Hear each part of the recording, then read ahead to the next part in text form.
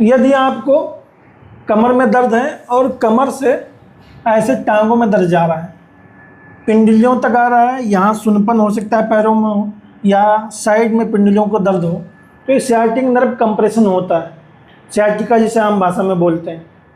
L4, L5, S1 या S2, S3 पे आप देख सकते हैं सियाटिक नर्व लिखा हुआ है। फिर ये नर्व धीरे धीरे आके ब्रांचों में बढ़ जाती है और जिस जगह नस दबती है वहाँ दर्द होता है। इनके बीच में ये डिस्क, इसके अंदर एक लिक्विड होता है जिसको न्यूक्लियस पल्पोसस बोलते हैं। वो क्या होता है, ये डिस्क जब टूटती है या डिस्क कमज़ोर होती है, वहाँ से निकल के किनारे नसों को ऐसे दबा रखा होता है। इसको कैसे सही कर सकते हैं आओ दिखाते हैं।